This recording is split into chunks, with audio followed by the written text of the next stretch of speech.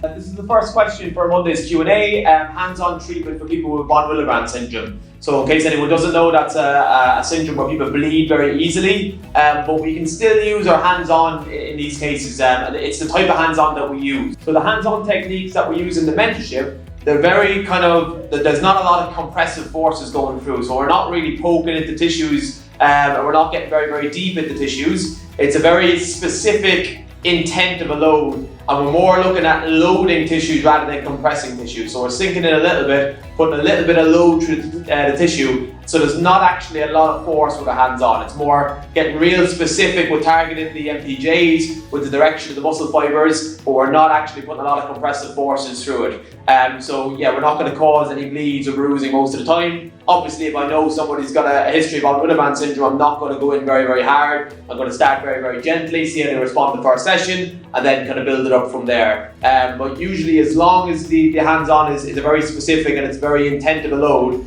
you're absolutely fine. And you're not going to cause any bruising. And obviously, just start gentle and build it up from there with them.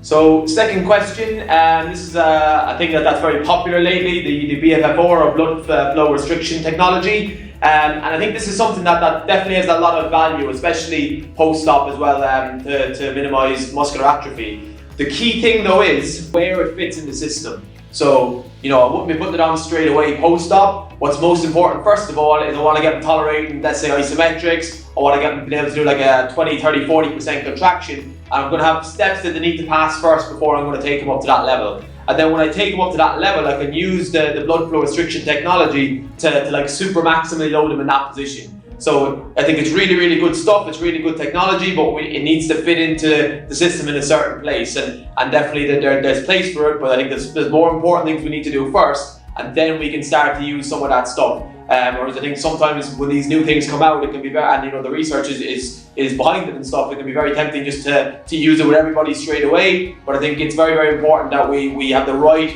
step-by-step progressions and we use it appropriately.